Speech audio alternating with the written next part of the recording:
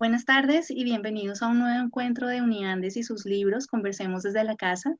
En esta ocasión vamos a presentar el libro de la Facultad de Arquitectura y Diseño, Sistemas de Habitabilidad, Principios Técnicos del Proyecto de Arquitectura. Nos acompañan en esta charla invitados muy especiales, el profesor Rafael Villazón y David Felipe Rodríguez, quienes son los compiladores y autores del libro, y además tenemos como invitados a Camilo Isaac y a Daniel Bermúdez. Muchísimas gracias por participar, profesores, y muchísimas gracias a ustedes, este público maravilloso que nos ha acompañado durante estas semanas a un nuevo encuentro de nuestras publicaciones recientes. Sin más, le doy la palabra al profesor Rafael Villazón. Muchas gracias. Gracias, María Victoria. Buenas noches para todos. Hoy estamos acá reunidos. Está conmigo el profesor David Rodríguez, con quien hicimos la compilación y la edición de este libro que estamos lanzando hoy, de sistemas de habitabilidad. Y pues tenemos invitados, como ya habían dicho, pues está el arquitecto Daniel Bermúdez, que es profesor emérito de la Facultad de Arquitectura y Diseño de la Universidad de los Andes, y está el profesor Camilo Isaac, que es también profesor asociado de la facultad. La idea es que tengamos una conversación, un poco, hablemos de algunos de los temas de los que va este libro, poderles contar un poco cómo fue la experiencia y cómo este libro es el resultado de un trabajo de muchos años, realmente de más de 14 años, en los que alrededor de un curso en el cual yo vine liderando hasta hace poco tiempo, se fueron conectando diferentes profesionales y diferentes conocimientos que hoy finalmente logramos, después de un esfuerzo grande, poderlos en un libro. Obviamente, pues este punto, este no es un esfuerzo aislado, no es un esfuerzo solamente de David y mío, sino es un esfuerzo clave que hicimos con varios ingenieros, varios arquitectos. Quisiera nombrarlos rápidamente para reconocer el esfuerzo que hicieron y agradecerles el compromiso y un poco la apuesta que hicieron para que esto saliera adelante. Está pues por un lado pues el mismo Camilo Isaac, pues que es el prologuista del libro, y que hoy vamos a hablar de algo de lo que él escribió ahí, que es bien interesante. Está también Albert Cuchí, profesor de la Escuela Técnica Superior de Arquitectura de Barcelona. Está el profesor Mauricio Pinilla, que estuvieron metidos con los temas de sostenibilidad. También está el profesor Daniel Duplat con los temas de acústico. Jaime Andrés García y Antonio García metidos con temas de seguridad, electricidad, temas de voz y datos, temas de seguridad humana, que son tan importantes y que es tan difícil integrar esto a los currículos de arquitectura. Están también de la Facultad de Ingeniería, por un lado Rafael Beltrán con algunos de los temas de ingeniería mecánica relacionados con los temas de ventilación. Está también el profesor Saldarriaga, Juan Saldarriaga, de Ingeniería Civil, que nos ayudó con todo el tema de hidráulica y sanitaria. Están también está digamos externo, pero que es invitado constantemente a la facultad, está Tomás Uribe, que nos ayudó también con otra parte del tema de ventilación y de sistemas mecánicos. Está el tema también de sistemas de cerramiento interior de Juan Carlos Rojas, que nos ayudó a hacer una introducción muy inspiradora acerca del tema de lo que es construir desde adentro los edificios. Y en arquitectura, pues estamos, pues además del aporte que hago directamente y el aporte que hizo David de hacer una recopilación impresionante de detalles arquitectónicos, pues está Camilo Villate, que pues organizó el tema de coordinación técnica, una cosa tan complicada, pero pues trató de escribir un título sobre coordinación técnica, que eso es algo que pocos escribe aquí en el medio nuestro. Juan Manuel Medina, que también pues estuvo al lado del tema en el desarrollo también de varios de los capítulos.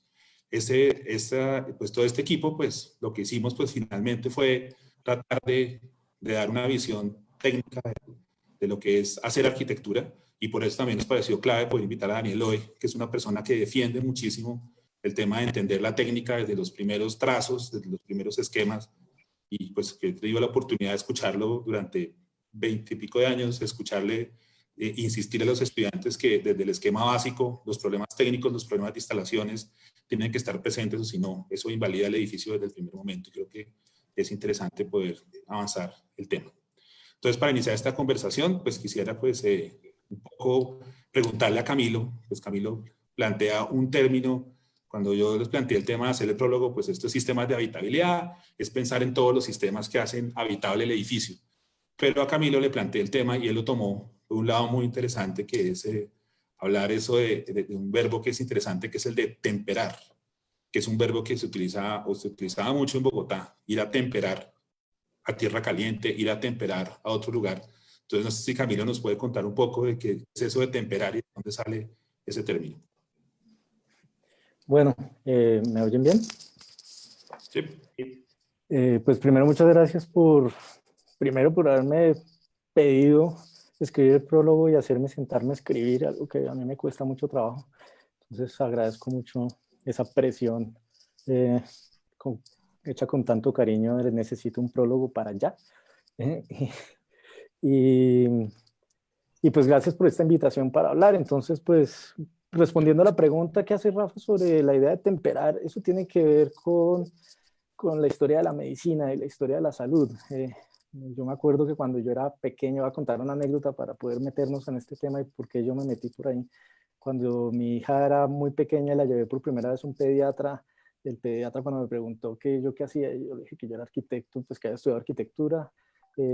Me dijo que el papá de él, que también había sido pediatra, le había dicho que él iba a vivir gracias a los arquitectos, porque por culpa de que los arquitectos no hacen los espacios higiénicos y dejan entrar el frío y hacen todo eso, los bebés se enferman todo el tiempo. Entonces, que gracias a las malas construcciones en donde los niños no pueden estar en buenas temperaturas y buenos espacios sanos para crecer, se la pasan enfermos. Y desde ahí empezó como una relación muy fuerte en que yo empecé a interesarme por la historia de la medicina.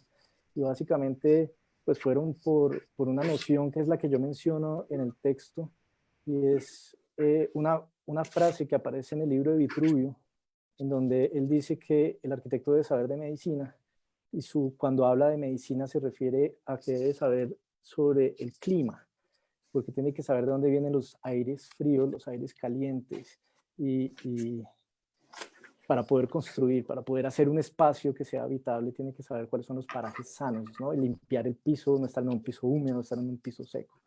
Y a mí me llamó la atención porque en mis estudios de historia y intereses en historia de la ciencia había visto a Hipócrates, que es como el padre de la medicina occidental, y esta relación es curioso porque en el Tratado Hipocrático, que es la reunión de todos los textos de Hipócrates, el primer libro realmente solamente es el famoso juramento de Hipócrates, el juramento que hacen los médicos y unas nociones de qué es lo que debe ser un médico, pero cuando ya empieza a tocar el tema de la medicina realmente, que es en el segundo libro, que es lo que nosotros llamaríamos hoy en día el segundo capítulo del tratado, menciona que un médico tiene que primero saber del aire y de las aguas que hay en un lugar para saber cómo tratar a las personas. Y ahí empieza una relación directa entre la medicina y la concepción del cuerpo y la salud con la arquitectura, que está presente durante mucho tiempo en todos los tratados y que tiene que ver con la teoría médica de los griegos, que es Hipócrates y Galeno. Galeno es su discípulo, que se refiere a que el cuerpo, al estar compuesto por los cuatro elementos naturales, el agua, la tierra, el fuego y el aire, y sobre todo está más cargado de agua el cuerpo, que eso es algo que pues, perceptualmente lo podemos ver todo el tiempo, lloramos, sudamos, ¿no? Sabemos que tenemos agua, producimos saliva. Ellos tienen una teoría que se llama la teoría de los humores. Entonces hay 4 tipos de humores, ¿no? Entonces está el humor flemático, el humor melancólico, ¿no? Sí, esos 4 humores están referidos a los 4 elementos, y el pensamiento de la medicina griega, hay una frase que se dice que es de Hipócrates, que dice que para estar lejos de un médico hay que comer una manzana al día, ¿no? Habla de la buena nutrición y la buena salud para poder alejarse de la medicina. Hipócrates menciona que el buen médico es el que tiene que prevenir, no el que cura, sino el que previene. Y esa teoría de los humores, de los temperamentos, tiene una relación muy fuerte con el equilibrio. Yo siempre lo explico que es como el ecualizador de un equipo de sonido, ¿no? Que uno va subiendo bajos, va subiendo altos, hasta que la música queda en perfecta armonía. Por eso hay una relación muy directa en la teoría arquitectónica occidental con la música, ¿no? Porque habla de esa noción pitagórica de la armonía y de las proporciones de una cuarta, una octava y una quinta, ¿no?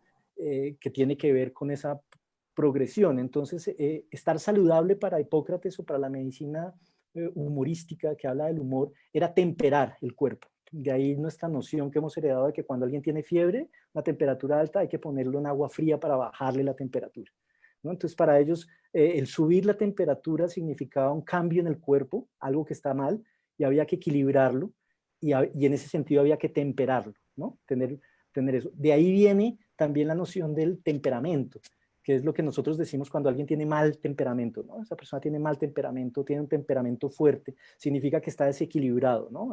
O tiene mucha ira, que es uno de los humores, ¿no? Que es el cólera, ¿no? Que tiene que ver con la ira, con la furia, y con los colores también. Entonces, siempre estuvo presente en la arquitectura la idea de que habitar un espacio, o que la función del arquitecto, o parte de la tarea, más bien no función, sino la tarea del arquitecto era lograr generar un ambiente temperado, ¿no? Que generara confort a la persona, y sobre todo siempre se vio o está atado cuando uno lee a Vitruvio o lee a otros tratadistas que mencionan esto del temperamento, sobre todo en el Renacimiento con Palladio, por ejemplo, hablan de que es un carácter ético de la arquitectura, ¿no? El bienestar de las personas. Y yo por eso mencionaba tal vez un tratado que es muy bonito, que es de Albize Cornaro en el Renacimiento, que tiene un tratado sobre la vida bella, y habla sobre todo sobre lo justo y lo bello, ¿no? Entonces, un espacio tiene que ser justo. De hecho, Albize Cornaro se mandó a construir una logia, una casa, que tenía como dos volúmenes. Un volumen era la casa de verano y el otro era la casa de invierno, porque tenía el comedor de verano, el comedor de invierno. Y dependía de cómo estaba organizada la casa para poderse orientar con el sol, por ejemplo. Y es una casa bastante, digamos, avanzada para la época, porque tiene tuberías de agua con agua caliente y agua fría para temperar el espacio, ¿no? Y también mencionaba esta casa de los hermanos Trento, por ejemplo, que utilizaban a las antiguas cavernas en las montañas, en las villas. Hay una, sobre todo una muy famosa, que se llama la Villa Eolia, que tiene esta habitación en el sótano. Se utiliza el sótano para enfriar la casa o para calentarla, dependiendo si es verano o invierno, usando pues algo que nosotros conocemos ya como la convección, ¿no? Es que es precisamente ese efecto chiflón que llamamos los bogotanos, por ejemplo, de coger el chiflón por los cambios de temperatura. La casa es una especie de aire acondicionado por debajo de la casa. De hecho, ese espacio, que tiene un nombre en latín muy bonito, pero que vulgarmente lo conocían la prisión de los vientos, porque es la manera de los vientos. Hoy en día, si uno tiene la oportunidad de ir a las villas italianas, es el lugar perfecto para mantener los vinos, ¿no? Porque la temperatura es ideal para poder mantener la humedad y el vino, gracias a estas grutas que hay por todas las montañas y que traían los aires y temperaban la casa, ¿no? Entonces, a través de un mecanismo que son unas rejillas en piedra en las casas, y utilizando la altura que tienen las bóvedas digo, las cúpulas del centro, por ejemplo, en las villas de Palladio, si uno ve los óculos tienen un doble muro para que precisamente el aire que viene de esas cavernas suba por estos respiraderos y se vaya a través de estos huecos, en un aire acondicionado natural, ¿no? O sea, no es mecánico, pero sí es de pensamiento mecánico en el sentido de trabajar el aire. Entonces, esa noción del temperar la casa fue la que a mí me llamó la atención cuando viendo lo que ustedes estaban hablando, el libro, mencionaban sobre todo yo lo miraba en esa primera imagen que ustedes tenían, que era una casa y habían todos los elementos naturales con unas flechas llegando hacia la casa. Y estaba viendo que todas esas cuestiones como la gravedad, el sonido, la luz, no son otra cosa que lo que siempre se ha pensado desde la ciencia como filosofía natural, ¿no? Son la naturaleza, y finalmente es la fenomenología, es el estudio de los fenómenos naturales y cómo afectan la casa, ¿cierto? Afectan ese espacio que es habitable. Y en ese sentido, yo no sé, me estoy alargando, pero en ese sentido traigo a colación una frase, es de Steve Jobs, pero pues a mí me parece que casa perfecto, y él dice: el diseño no es cómo se ve, sino el diseño es cómo se hace. Y siempre me ha parecido a mí, desde que he estado enseñando arquitectura, tratando de enseñar arquitectura, que lo importante es saber cómo se hacen las cosas, y que la pregunta que se debe hacer el arquitecto siempre es cómo se hacen las cosas, no cómo terminan siendo, sino cómo se va haciendo todo el proceso. Y es ahí, en el pensar todos estos aspectos, lo que me parece interesante. Y digamos que a mí, en mis estudios de historia y teoría, lo que me llamaba la atención es que cuando se leían los tratados de arquitectura como los de Vitruvio, Scamozzi, o uno que es muy interesante como Fresier, por ejemplo, que es un tratado de corte de cantería, que explica cómo se tiene que cortar la piedra, es un tratado de estereotomía, generalmente los teóricos siempre se reducen a los primeros capítulos, donde siempre se habla del mito, de la historia, pero nunca le ponen atención a los otros capítulos que son fascinantes. El libro, tal vez uno de los últimos libros, si no estoy mal, el libro 10º de Vitruvio sobre las máquinas, que son cómo construir máquinas para construir, ¿no? Cómo poder construir a través de diseñar máquinas, ¿no? Máquinas hidráulicas, máquinas para levantar piedras, máquinas, o sea, todo ese proceso interesante de la arquitectura, que es la fábrica, de la fábrica del edificio, de cómo se hace la edificación, creo que ha sido peyorativamente despreciada, pero creo que es ahí donde está todo el pensamiento y la creatividad del arquitecto, ¿no? Cuando se enfrenta a ese problema que finalmente lo que resuelve son preguntas, ¿no? Preguntas que se hace el proyecto para poder generar un espacio habitable, pues tiene que pasar a través de todos estos procesos. No sé si, creo que me va a tener ahí porque puedo seguir. No los dejo hablar. Camilo pone una bola interesante para responder, que es el tema de la belleza. Y yo quisiera aprovechar que está aquí Daniel, que una vez escuché una frase que conecta con lo que está hablando Camilo, que es, Daniel decía que él creía que el confort era como primo hermano de la belleza, ¿sí? Esa es una frase que una vez le vi en una conferencia. No sé si Daniel pueda como elaborar un poquito oyendo un poco a Camilo que habla de la belleza y cómo se tempera el espacio y cómo se manejan esas, el arquitecto tiene que estar en capacidad de manejar esos elementos. ¿Cómo cree que es que debe actuar el arquitecto en esos momentos cuando hay esas preguntas profundas sobre la belleza y si la belleza es algo que tiene que ver con eso de hacer que los espacios sean habitables? Bueno, yo tuve la oportunidad de mirar con cuidado el PDF que me mandaron del libro y mirar el índice. Son 432 páginas sin los detalles, parece que vienen más. Pero ver el índice de un libro es muy importante, entender el índice y entender lo que este libro pretende cubrir. Me demuestra que, porque antes de contestarle esta pregunta, Rafael, quiero hacer un pequeño antecedente que me demuestra que los años que llevamos muchos profesores pedaleando permanentemente sobre la manera de enseñar arquitectura en nuestra facultad y en las facultades del país, los años de debates que llevamos, viendo este libro que sale hoy, puedo decir que han sido unos años fructíferos. Ustedes no se imaginan, en 1967, cuando yo empecé a estudiar arquitectura, la tremenda precariedad de los cursos que hablaban de los aspectos técnicos de la construcción. Era todo como una especie, mejor dicho, todo lo de los fake news hoy en día y las cosas que uno ve en las redes, no sé qué, que sí, que no. Esto era muy parecido, pero eran chismes de corredores, que las vigas son así, que las otras son así, no sé qué, cambiaban de un semestre a otro. Ahora empezar a tener producto de estos años en que Rafael ha estado dedicado a estos temas técnicos que se llamaban los temas de construcción antes y que son temas de construcción, pues es tremendamente importante y estoy seguro que estamos ante un documento que va a ser supremamente útil para los estudiantes y para los profesores y al cual probablemente le hace falta un capítulo que voy a sugerir al final de esto.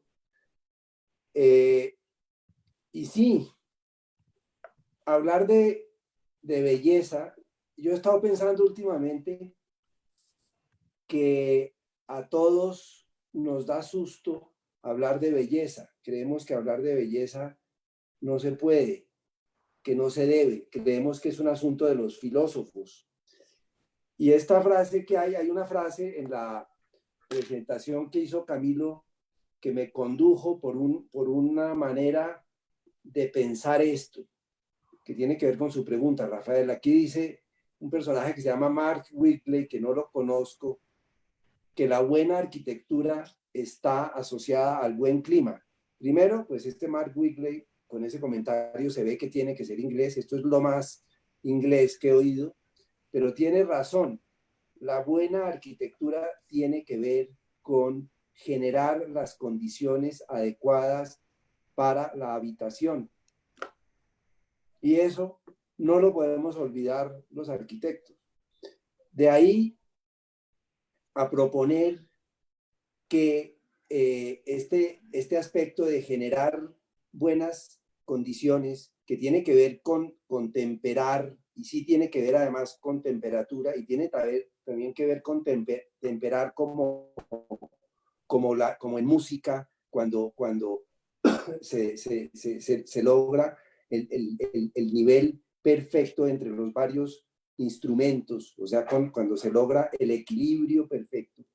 Ese concepto de confort como pariente de la belleza es una beta interesantísima en este libro, para que haya un futuro en que esto se conecte con probablemente otra publicación en la cual empecemos a hablar de que la belleza de los edificios no es como se pensaba probablemente en términos clásicos, relacionada con las proporciones de sus fachadas, sino relacionada mucho más con la condición que genera el edificio, condición que no es únicamente las partes medibles de la condición del edificio, que serían la temperatura, la humedad, sino también confort, que tiene que ver con la percepción que tiene el ciudadano o la persona que está dentro del edificio.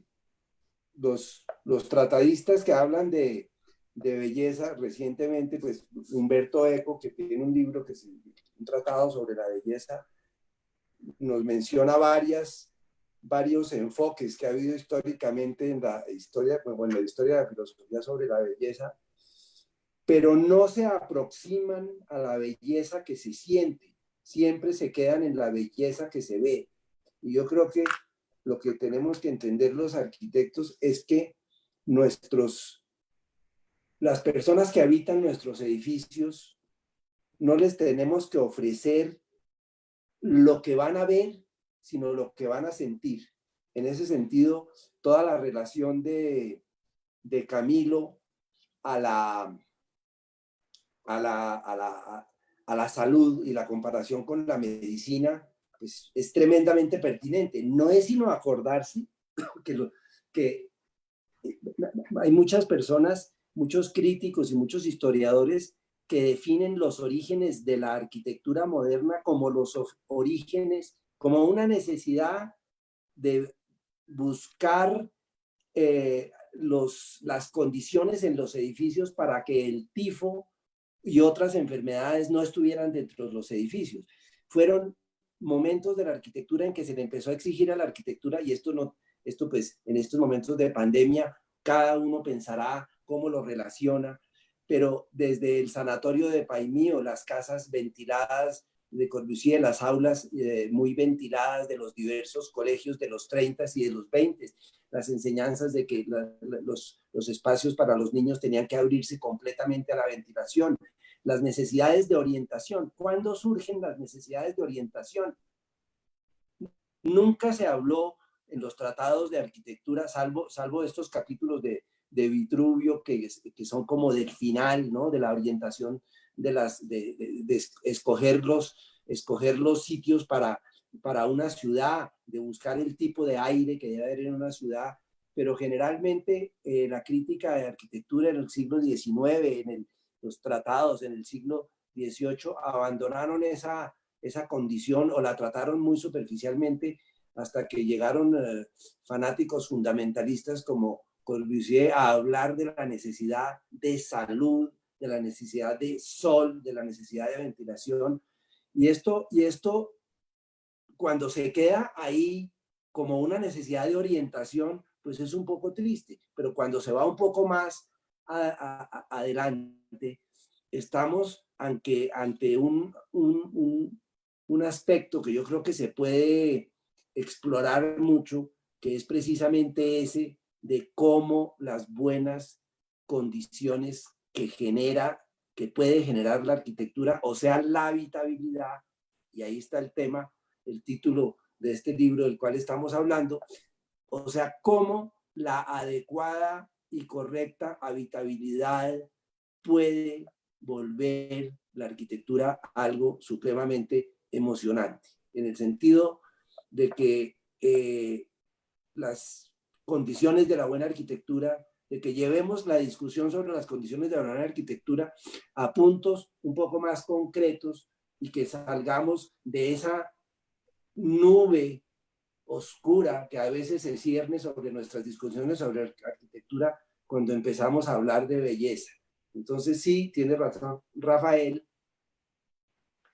esto tiene que ver, esto de la habitabilidad tiene que ver con la belleza, y esto es una invitación a que de aquí en adelante entre todos empecemos a explorar este campo que yo creo que puede ser muy interesante, particularmente si nos metemos también en porque todos estos capítulos sobre los sistemas de habitabilidad están regidos por un punto de vista de la ingeniería y de lo técnico y de la precisión y del cálculo, pero también hay que mirar esto con el punto de vista tal vez del psicólogo o del sociólogo o del psiquiatra, que nos puede ayudar a entender la complejidad de la mente y del sentir humanos, ¿no? Yo creo que hay otro campo que podemos explorar en ese sentido.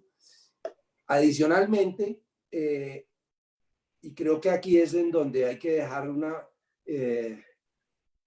una idea para el tomo 2 o la segunda edición de Sistemas de Habitabilidad, que es que cada vez más, y esto de la pandemia, esto de estar encerrados o de estar circunscritos a un espacio, cada vez nos ha hecho pensar más en que el problema del espacio público es tan importante como el espacio interior. Yo creo que hay que hablar de los sistemas de habitabilidad de los espacios públicos cercanos a nuestras viviendas, cercanos a los sitios donde trabajamos, y sería bonito que si hablamos de habitaciones que están temperadas, hablar de espacios públicos, plazas, vías, bulevares temperados, ¿no? En el sentido de que tienen todas estas condiciones de las cuales habló con tanta claridad Camilo. O sea que pongo esa idea y creo que podemos seguir con los comentarios de... Sí, este solo me demoré 14 años, entonces para espacio público puedo demorar.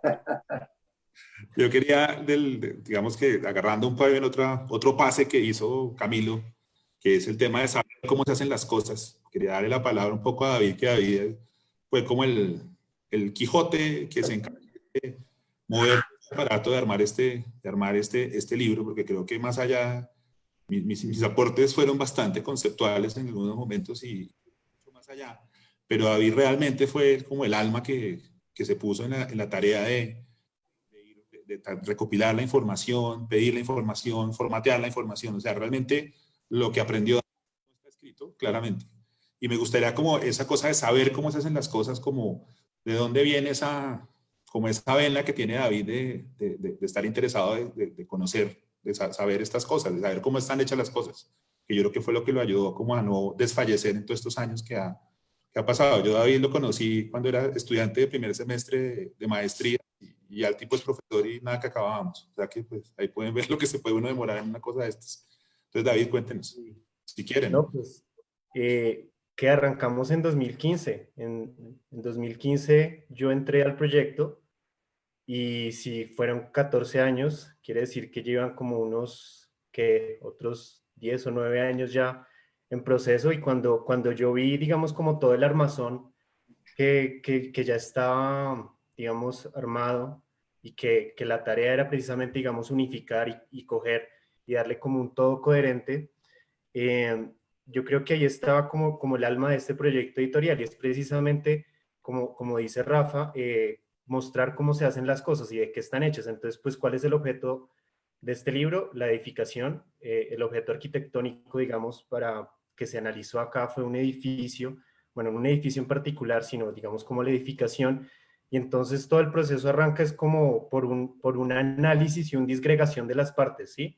Precisamente, digamos, creo que lo más valioso es subdividir un objeto tan complejo como es un edificio, y dividirlo en estos sistemas que está el sistema de envolvente de interior, el sistema de envolvente exterior, los sistemas mecánicos, y como todo este gran edificio, disgregarlo en estos pedazos que cuando uno los une mentalmente, digamos como estudiante, que es el objetivo principal, que el estudiante entienda estos elementos y los pueda unir en su cabeza, yo creo que ahí fue donde, digamos, estaba todo el asunto de armar el libro, ¿no?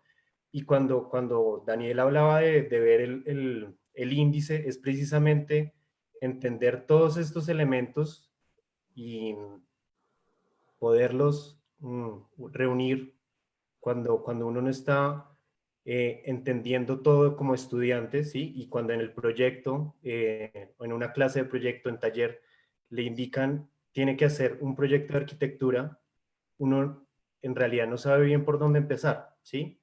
Entonces, el gran aporte del libro es precisamente darle como un pie de entrada al estudiante de arquitectura y a toda la complejidad que supone un edificio, y ir por partes, ¿cierto? Sí, y entonces eh, una parte muy importante creo que fue la de los detalles y arquitectónicos.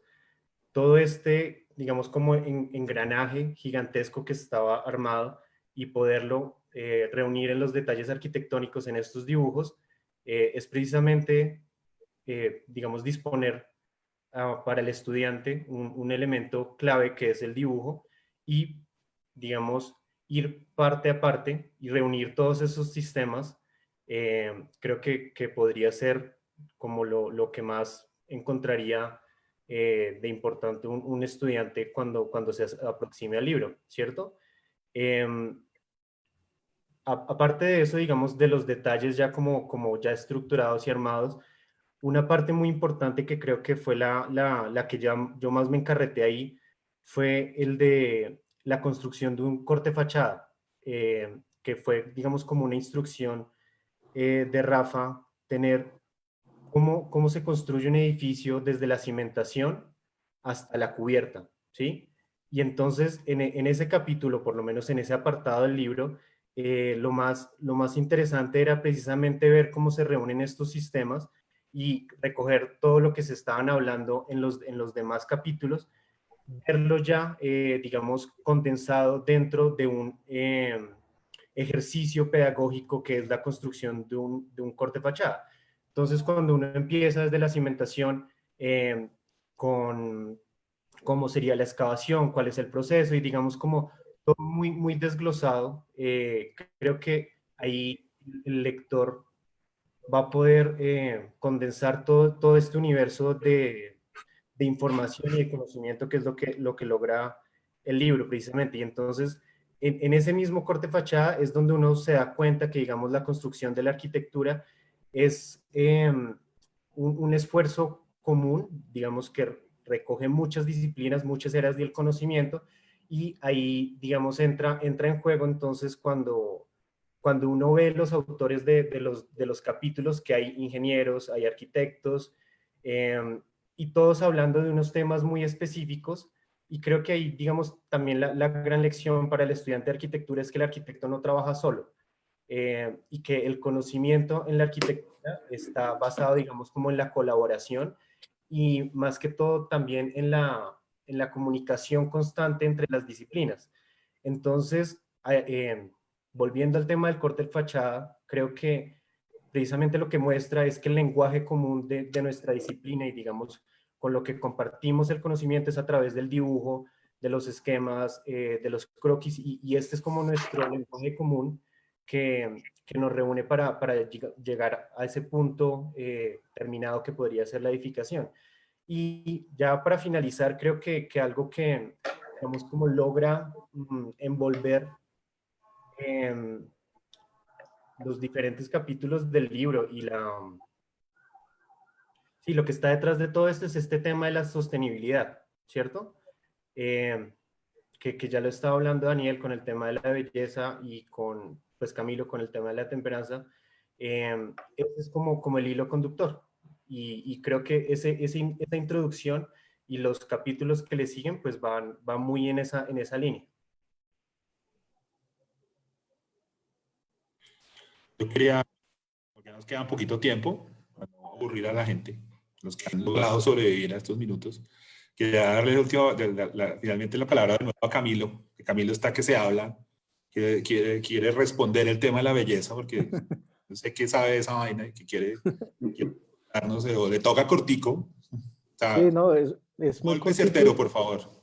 Nada, es muy cortico y tiene que ver con lo que dice Daniel, esa preocupación sobre que de la belleza no se puede hablar y que es algo subjetivo y que nos han vendido como el cuento de que es un determinismo cultural. Desde las ciencias sociales nos han dicho la belleza está en el ojo del observador y pasa por el filtro de la cultura que define todo eso. Pero yo hace muy poco tiempo, finalmente yo tenía esa angustia todo el tiempo. Quería siempre saber sobre eso porque una de las cosas que me interesaba de Vitruvi es que él considera que lo bello y lo bueno constituyen un valor único, él no lo tiene separado, ¿no? No está hablando de la tríada vitruviana, sino en otras partes, él siempre lo considera como algo que es un valor único, o sea, que están siempre juntas. Y me encontré precisamente con un personaje que se llama Denis Dutton, que se lo recomiendo a muchos. Él tiene un libro que se llama El instinto del arte, la belleza, el placer y la evolución humana. Es un neodarwinista y me dio la respuesta hacia la belleza desde la teoría de Darwin, es decir, desde la ciencia. No me la dio desde las ciencias sociales ni del arte, sino fue desde la teoría de un personaje que se la pasaba viendo tortugas en Galápagos, ¿no? Una cosa así. Y tiene que ver con que algo que él menciona es que en todas las disciplinas se ve belleza. Uno escucha a un abogado decir que la sentencia de la Corte Constitucional es una belleza.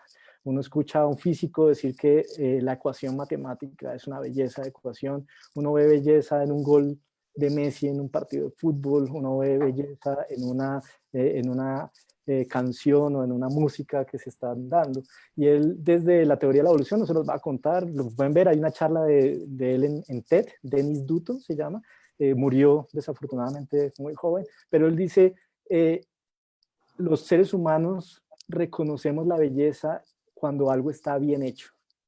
Es ahí donde reconocemos la belleza, no es algo formal, sino es cuando reconocemos que detrás de algo está bien hecho y funciona muy bien, ¿no? Como un gol de Messi, está bien hecho, está bien pateado, una fórmula está bien planteada, una música está bien tocada, un edificio está bien construido, ¿sí? y genera un espacio bien hecho, y con eso quería rematar, ¿no? Que vemos la belleza en algo que está bien hecho.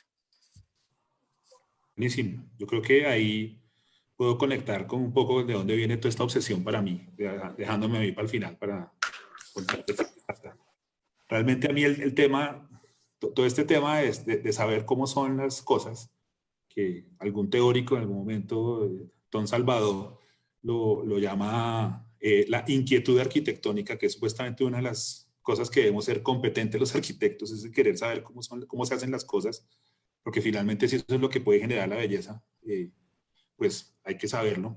Entonces ahí, digamos que mi obsesión ha ido como hacia eso, como poder saber cómo se hacen las cosas y poderle contar. Digamos que siempre ha sido el motivo de todo lo que yo hago nuevamente son los estudiantes, porque trato como un poco como la misma línea de Daniel que dice que le tocaban unos cursos de construcción que eran como complicados y que no funcionaban tan bien.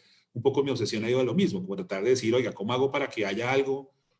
O sea, algo que por lo menos uno de manera temporal pueda creer que está más o menos bien para poder empezar a hacer un proyecto. Así después uno sofistique ese discurso o aprenda nuevas cosas. Y ese fue el reto que le planteamos a los diferentes personajes que escribieron acá.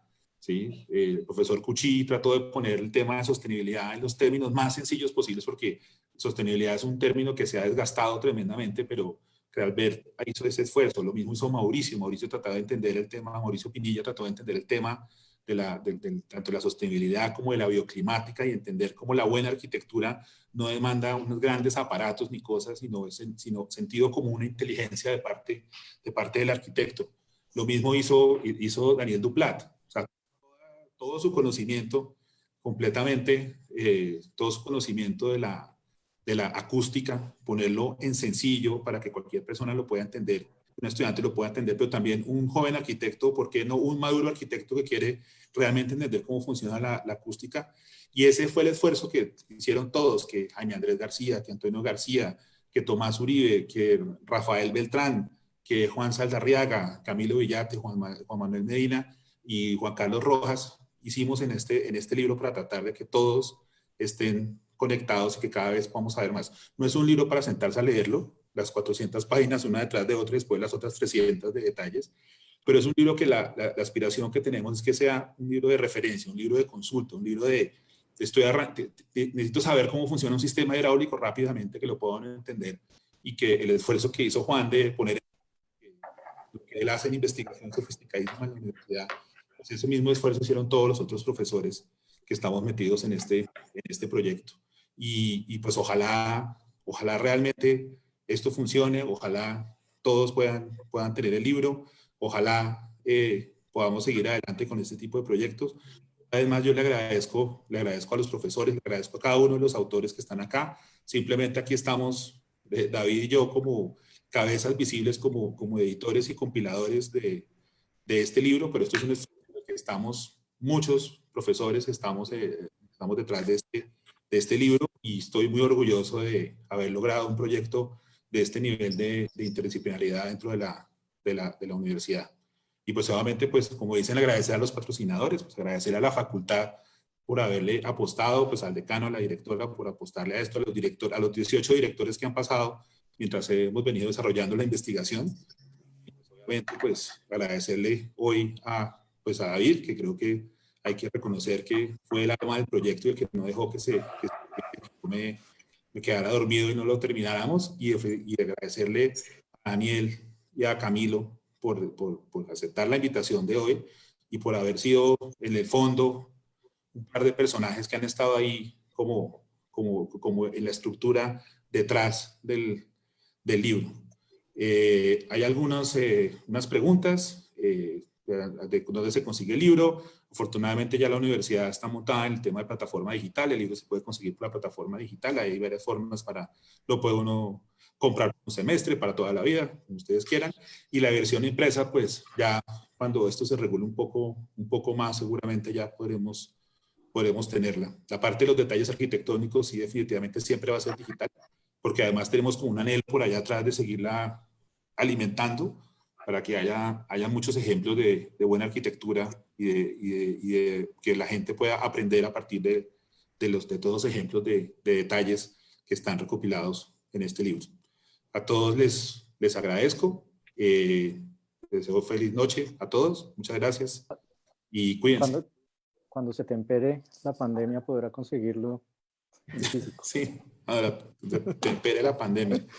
Yo aquí ya vamos temperando unos meses. Bien. Bueno, muchas gracias a todos. Bueno, muchas gracias. Gracias a todos. Felicitaciones. Sí. Sí, y yo le envío felicitaciones a todos los autores que espero que estén ahí al otro lado de la pantalla. Esto, uno habla mentalmente pensando quiénes están al otro lado. Pueden haber 4 personas y no sabemos, pero ojalá haya muchas personas ahí escuchando. Que estén bien. Bueno, bien. Bueno. Hasta luego. Hasta luego. Adiós. Vemos.